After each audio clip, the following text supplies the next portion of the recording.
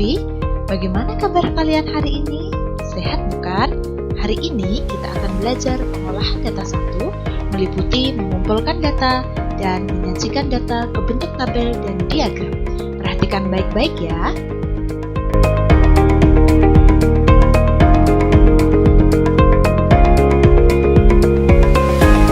Yang pertama, kita akan belajar tentang mengumpulkan data. Apa itu data? Data adalah informasi yang diperoleh dari hasil pengamatan atau penelitian. Nah, informasi-informasi yang telah diperoleh itu nantinya akan menjadi sumber data. Sumber data dapat diperoleh secara langsung atau dari sumber yang sudah ada. Sumber data itu bisa data langsung dari hasil wawancara dengan narasumber atau data hasil pengisian kuesioner atau angkat. Dan data yang sudah ada bisa berupa laporan keuangan, data absensi, atau data hasil sensus.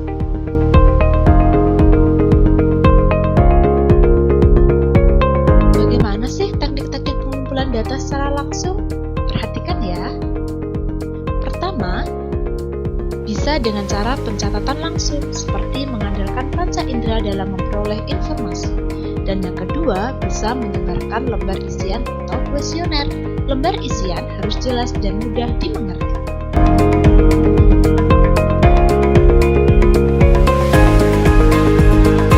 Berikut ini adalah contoh kuesioner atau angkat. Perhatikan ya, ini adalah contoh angkat minat belajar mata pelajaran matematika. Nah, kalian tentunya sudah pernah ya mengisi kuesioner atau angkat seperti ini.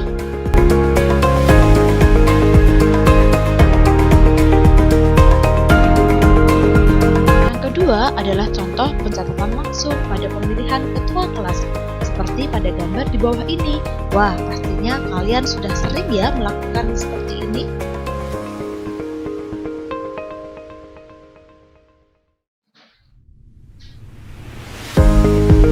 Selanjutnya, kita akan belajar tentang menyajikan data dalam bentuk tabel dan diagram. Menyajikan data dalam bentuk tabel dan diagram ini apa saja yang akan kita pelajari? Yang pertama, tentang tabel. Contohnya seperti ini ya tabel. Yang kedua, tentang diagram garis. Tentunya kalian sudah pernah melihat diagram garis seperti ini. Yang ketiga adalah diagram batang. Ayo, siapa yang sudah pernah lihat diagram batang seperti ini?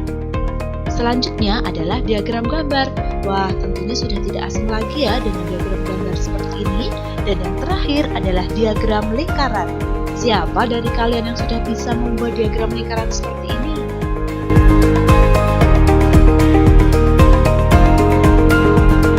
Selanjutnya, kita akan pelajari satu persatu.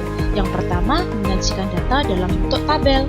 Data yang sudah didapat melalui wawancara, pencatatan langsung, pembagian lembar isian atau kuesioner, atau sumber data yang sudah ada, disusun dan dapat disajikan dalam bentuk tabel atau diagram. Tabel terdiri dari baris dan kolom. Apa itu baris dan kolom? Nah, perhatikan ya. Kolom itu adalah berisi frekuensi atau label, sedangkan baris berisikan data berdasarkan kolom.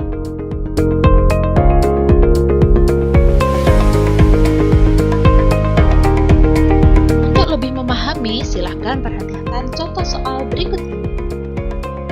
Dari hasil wawancara siswa kelas 6, 48 anak mengatakan bahwa 4 anak suka olahraga voli, 8 anak suka olahraga sepeda, 10 anak suka olahraga bulu tangkis, 14 anak suka olahraga sepak bola, 12 anak suka olahraga renang. Sajikan data tersebut dalam bentuk tabel. Ayo, siapa yang sudah bisa? Perhatikan ya, kita bahas satu persatu.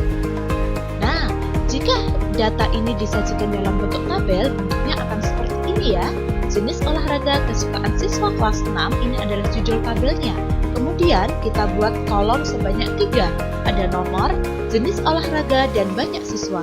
Kita tulis satu persatu pada masing-masing baris. Yang pertama, voli.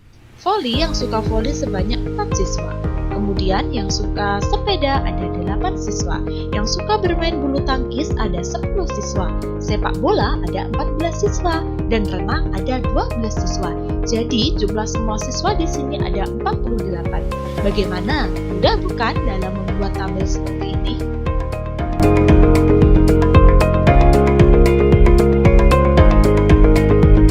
Yang kedua, kedua, kita menyajikan data dalam bentuk diagram garis.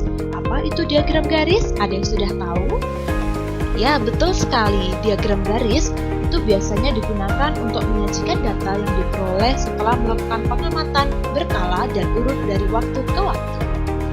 Diagram garis membutuhkan dua sumbu, yaitu sumbu tegak atau sumbu vertikal dan sumbu mendatar atau sumbu horizontal. Apa sih kelebihan diagram garis itu? Nah, diagram garis itu biasanya digunakan untuk menaksir atau memperkirakan data. Ada juga diagram dengan garis tunggal atau majemuk. Biasanya kalau majemuk ini lebih dari satu garis. Diagram garis majemuk biasanya digunakan untuk membandingkan dua keadaan. Sedangkan kekurangan dari diagram garis itu yang pertama hanya untuk data berkala saja dan perlu ketelitian dalam membaca diagram ini. So, kalian harus hati-hati ya.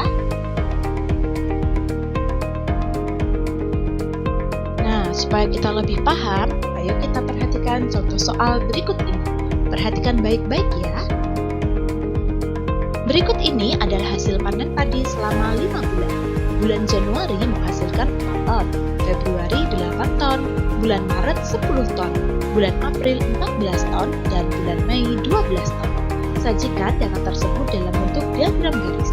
Ayo, siapa dari kalian yang sudah bisa mendapatkan diagram garis dari data tersebut? Kita bahas ya. Langkah-langkah membuat diagram garis. Yang pertama, buatlah nama bulan pada sumbu mendatar dan jumlah hasil panen pada sumbu tegak. Kemudian, buatlah titik pada pertemuan bulan dan jumlah hasil panen. Selanjutnya, tarik garis hubung antara titik yang telah dibuat.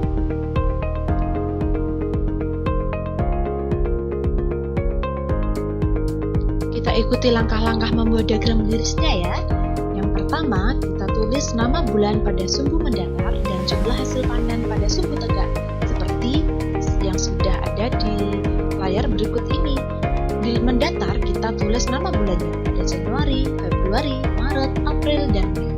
Kemudian, untuk yang sumbu tegak, di sini adalah jumlah hasil panennya. Di sini kita menggunakan skala 2 ya, dimulai dari angka 0. Jadi di sini ada 0, 2, 4, 6, 8, 10, 12, 14, 16. Buat sesuai dengan yang dibutuhkan saja ya. Kemudian kita buat titik pertemuan antara bulan dan jumlah hasil panen. Pada bulan Januari menghasilkan 4 ton. Pada bulan Februari menghasilkan 8 ton. Pada bulan Maret menghasilkan 10 ton. Bulan April 14 ton dan bulan Mei 12 ton. Kita tarik garis hubung antara titik yang telah dibuat. Di sini kita hubungkan dengan garis hijau seperti ini ya. Nah, jadilah diagram garis seperti ini. Mudah bukan?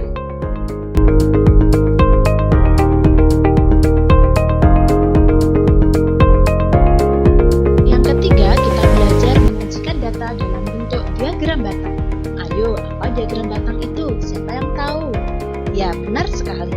Diagram batang merupakan bentuk diagram yang menyajikan data dalam bentuk batang-batang persegi atau persegi panjang dengan lebar yang sama. Diagram batang dapat dibuat secara tegak atau mendatar. Perhatikan soal berikut ini ya. Dari hasil wawancara siswa kelas 6, 48 anak mengatakan bahwa 4 anak suka olahraga voli, 8 anak suka olahraga sepeda, 10 anak suka olahraga bulu tangkis, 14 anak suka olahraga sepak bola, 12 anak suka olahraga renang. Kemudian sajikan data tersebut dalam bentuk diagram batang. Siapa yang sudah bisa menggambarkan? Nah, berikut adalah langkah-langkah membuat diagram batang. Yang pertama, buatlah nama jenis olahraga pada sumbu mendatar dan banyak anak pada sumbu tegak. Kemudian, buatlah batang pada setiap nama jenis olahraga setinggi banyak anak pada data tersebut.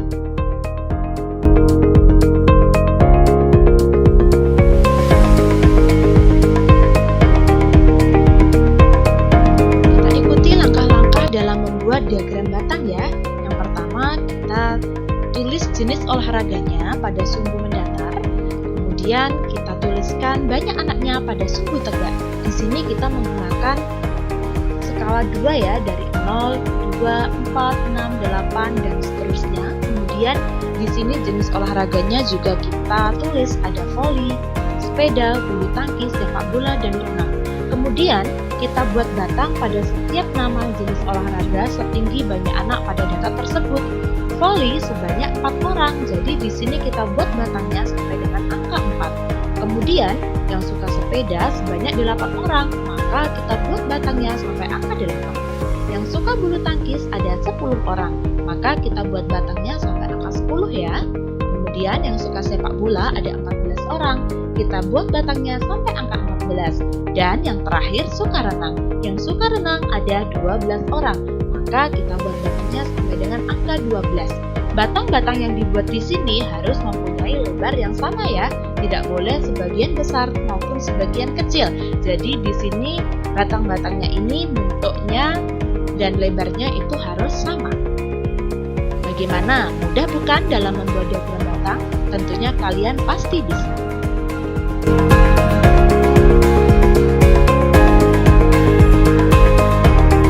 Selanjutnya kita belajar menyajikan data dalam bentuk diagram gambar. Ayo, siapa yang sudah tahu apa itu diagram gambar? Benar sekali. Diagram gambar atau piktogram merupakan diagram yang menggunakan gambar atau mewakili banyak data. Satu gambar dapat mewakili satu data atau beberapa data. Perhatikan soal berikut ini ya, kita akan bahas bersama-sama. Di sini saya masih menggunakan soal yang sama dalam diagram batang tadi agar kita lebih mudah dalam memahami. Perhatikan langkah-langkah dalam membuat diagram gambar. Yang pertama, tentukan terlebih dahulu banyak data yang ingin diwakilkan dalam satu gambar. Kemudian, ubahlah bilangan yang menyatakan banyak data menjadi gambar.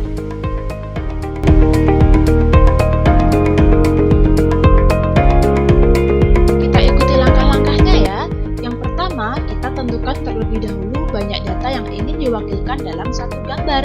Karena tadi adalah data orang, maka di sini kita menggunakan gambar orang. Gambar orang di sini mewakili satu orang. Kemudian kita buat diagram gambarnya dalam bentuk tabel seperti ini. Olahraga voli disukai oleh 4 orang. Karena satu gambar orang mewakili satu, maka di sini ada 4 gambar orang untuk mewakili 4 orang. Kemudian jenis olahraga sepeda disukai oleh 8 orang, maka di sini saya menggunakan 8 gambar orang untuk mewakili 8 orang yang menyukai sepeda. Begitu seterusnya sampai dengan olahraga renang. Bagaimana? Mudah bukan?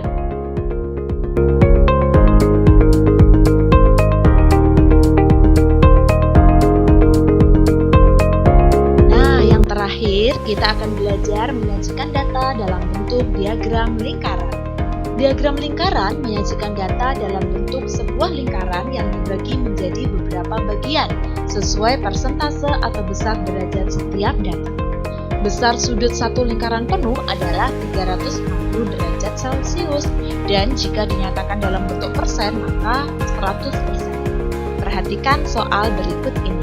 Di sini saya lagi-lagi menggunakan contoh soal yang sama dengan diagram sebelumnya agar lebih mudah dipahami.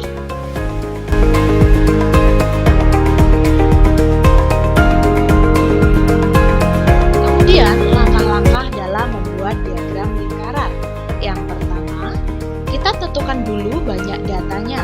Tadi yang suka voli ada 4, suka sepeda ada 8, itu ditambahkan ya. Jadi di sini 4 ditambah 8, tambah 10, tambah 14, tambah 12, totalnya adalah 48. Selanjutnya, tentukan besar sudut atau persentase dari setiap jenis olahraga. Kita bisa menggunakan derajat ataupun persen. Untuk derajat, caranya adalah yang pertama kita lihat olahraga voli dulu. Olahraga voli diikuti oleh 4 siswa. 4 per 48. 48 ini dari jumlah seluruh siswa dikalikan 360 derajat. Hasilnya adalah 30 derajat. Saya ulangi ya, olahraga voli ini disukai oleh 4 siswa, maka di sini ditulis 4. Kemudian di sini dibagi atau per 48. 48 ini diperoleh dari jumlah ini tadi. jumlah seluruh siswa ada 48, kemudian dikalikan 360 derajat karena kita menggunakan derajat, hasilnya adalah 30 derajat. Kemudian untuk olahraga sepeda diikuti oleh 8 siswa, 8 per 48 kali 360 derajat, hasilnya adalah 60 derajat. Olahraga bulu tangkis disukai oleh 10 siswa, per jumlah semua siswa tadi ada 48, dikalikan 360 derajat, hasilnya adalah 75 derajat.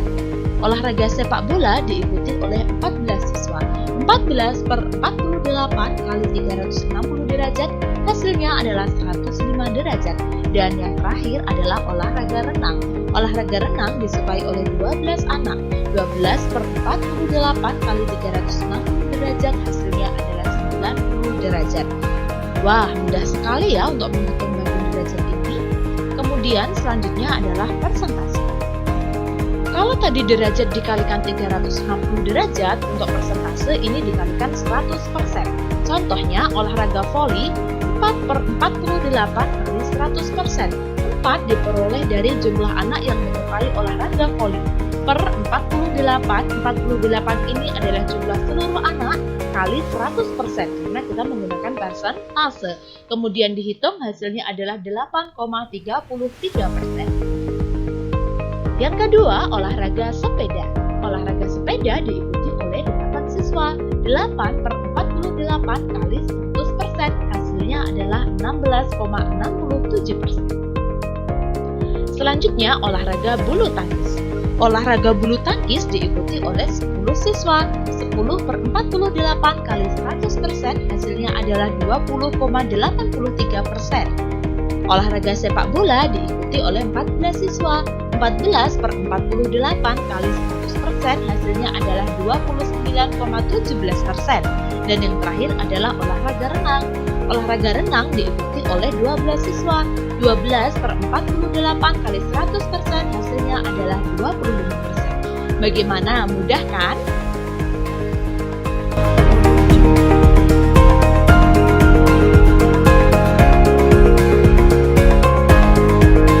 Langkah selanjutnya adalah kita membuat lingkaran.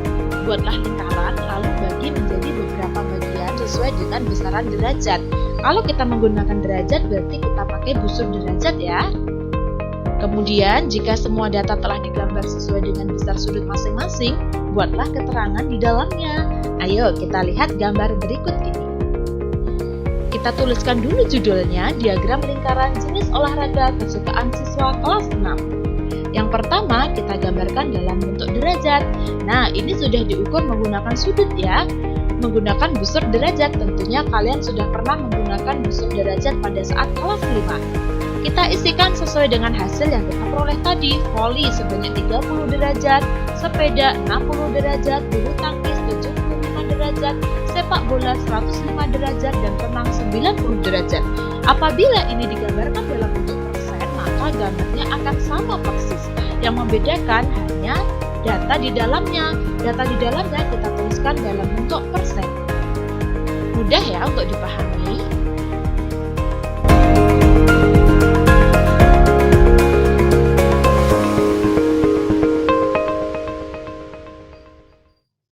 Nah, sekarang saatnya kita untuk kuis ya. Ayo, kalau kalian sudah paham, berarti kalian bisa mengerjakan kuis berikut ini. Coba gambarkan atau sajikan data berikut dalam bentuk tabel dan diagram ya. Pak Ahmad mempunyai sebuah kolam ikan lele. Berikut ini adalah hasil panen ikan lele di kolam Pak Ahmad selama 4 bulan berturut-turut.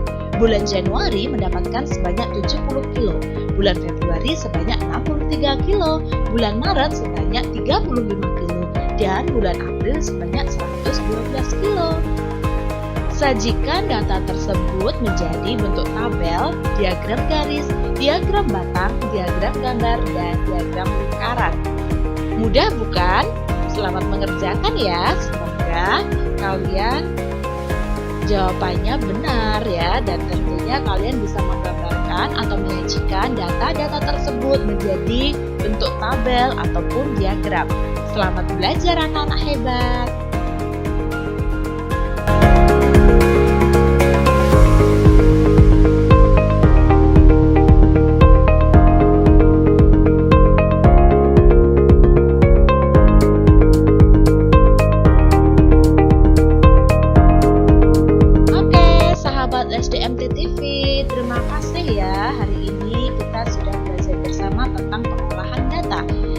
bagi sahabat SDMT TV yang belum like, komen, maupun subscribe, jangan lupa ya segera like, komen, dan subscribe serta bunyikan tanda loncengnya supaya kalian bisa mendapatkan pemberitahuan-pemberitahuan tentang konten-konten menarik di SDMT TV.